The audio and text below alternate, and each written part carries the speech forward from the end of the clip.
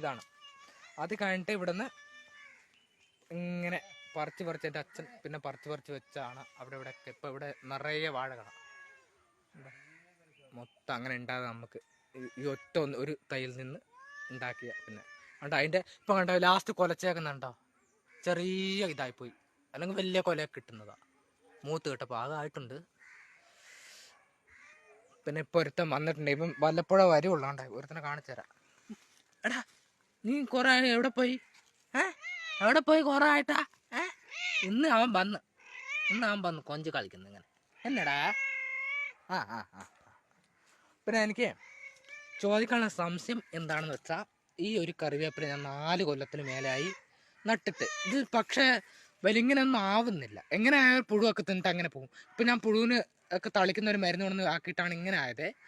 ഇതൊന്നും നല്ല വൃത്തി പിടിച്ച് കിട്ടാൻ വല്ല പൊടിക്കൈകളൊക്കെ എനിക്കൊന്ന് പറഞ്ഞു തരണേ.